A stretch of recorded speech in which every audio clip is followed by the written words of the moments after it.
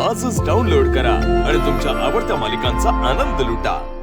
काय मग सासरे बुवा, तुमचं एटीएम मशीन कुठे आहे? म्हणजे अहो शुभू कुठे आहे? दादाला वाटतं 100 वर्ष जगत हा शुभूराव.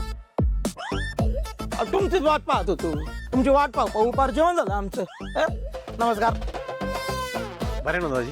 मला काय दाट भरली आपण मला जे हवंय ते जर तुम्ही येत दिलं तर आणखीन बरा होईल, आणि मी बरा झालो तर तुमच्या बहिणीला मी बरा ठेवेन.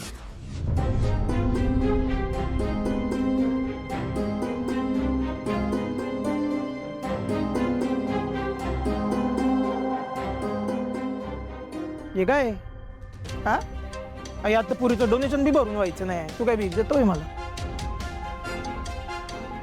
दाजी मी देतो पैसे थोड्या दिवसांनी. कवा देतो? नाही नाही बरोबर आहे, खान तशी कापरण बाप तशी लेकर. बाप पनीरचा तुकडा चोरतो आणि पोरगा पैसे चोरतोय, दोघंच चोरटे.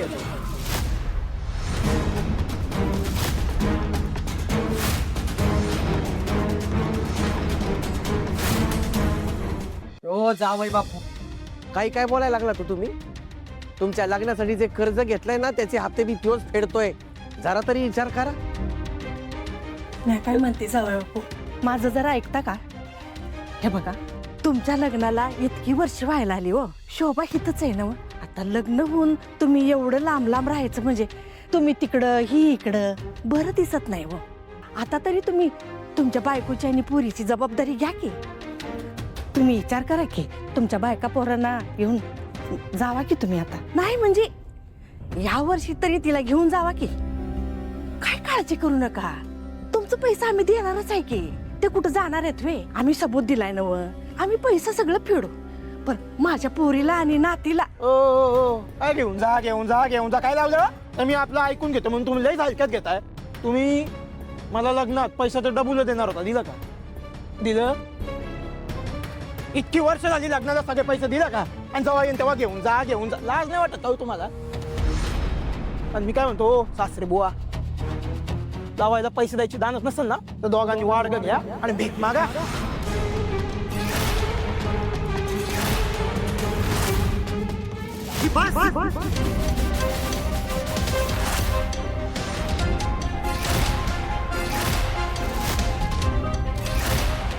पुढे एक बी शब्द नको.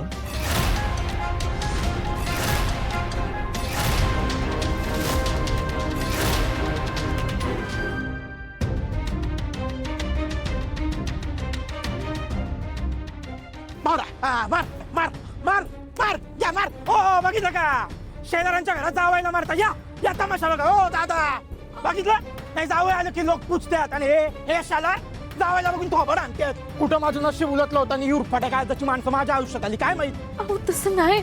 कशाला कांगावा करताय हा? तुम्हीच तुमच्या हाताने. शुभू, अरे काय केलंस हे? त्यांच्यावर हात उचलायच्या आधी आमचा जरा तरी विचार करायचाच ना.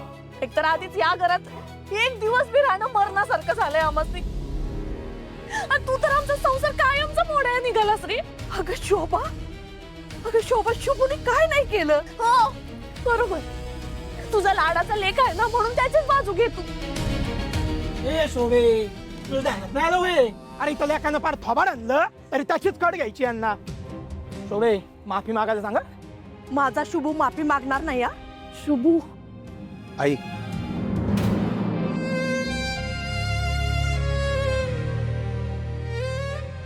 दाजी कशाला विषय वाढवायचा? तुम्हाला माहिती आहे मी काहीच केलेलं नाही. आणि राहिला प्रश्न पैशाचा तर मी देईन थोड्या दिवसात. पण अण्णांचा आणि आईचा अपमान तेवढं. आणि माझा अपमान त्याचं काय नाही. तुला जावई म्हणजे ना खेळणंच वाटलंय. तुमचं ना लई बिल झाले. ओ सासूबाई, त्या शोभेला ना ठेवा इथं तुमच्या कोंडवाड्यात आणि चढवा. मी चाललो. नग नग हवं तर आम्ही हात पाया पडतो.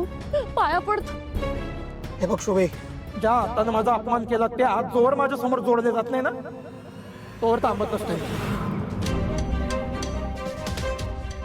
ऐक ना, झालं समाधान? अरे का अंत बघायलाय आमचा? प्रत्येक मुलीचं स्वप्न असतं सासरचं माप ओलांडून नवऱ्याबरोबर सुखी संसार थाटायचा. मेला आमचाच नशीब दळभद्री. लग्नाच्या मांडवातून परत माहेरीच येऊन बसलोय आम्ही. याला जबाबदार कोण? तुम्ही. आमच्या नवऱ्याचे हुंड्याचे पैसे तवाच्या तवा दिले असते तर ही यायलाच आली नसती ना.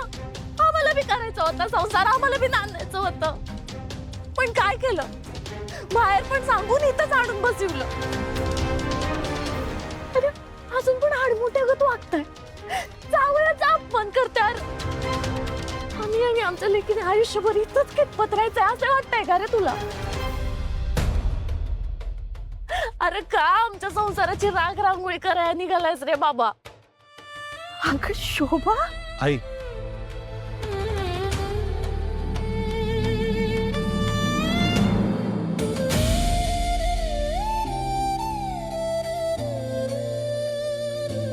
ताजी ताजी मला माफ करा. मी जे काही वागलो ते खरंच चुकलं.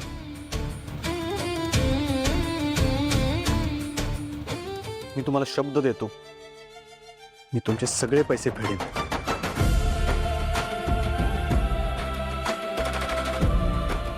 आता तरी माफ करा.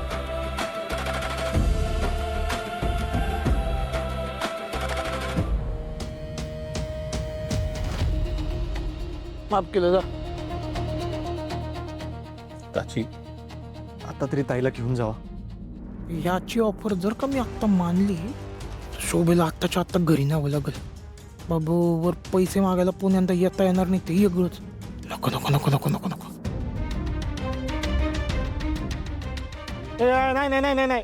हे बघ, म्हणजे मी माफ केलं असेल पण आत्ता जो अपमान झालाय ना माझा तो माझ्या जिवारी लागलाय.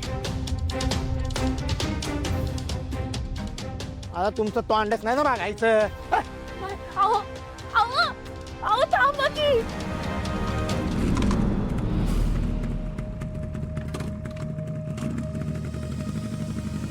हुंड्याचे पैसे द्यायचेच नव्हते तर मग कशाला लगीन लावून दिलं आमचं? इकडेच ठेवलं असतं ना आम्हाला बिन लग्नाचं.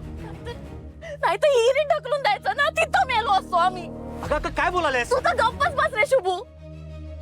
आमच्याच हातून मागच्या जन्मात कुठलं तरी पाप झालं असेल म्हणून तुझ्यासारखा भाऊ मिळाला आम्हाला.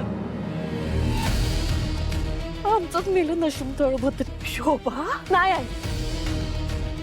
या येळी आम्ही बरोबर आहोत. नशीबच दळभद्री.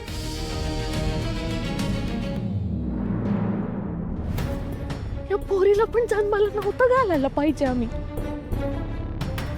आमचंच नशीब फुटकत. आता या पोरीला पण असं फुटकं नशीब घेऊन जगावं लागत.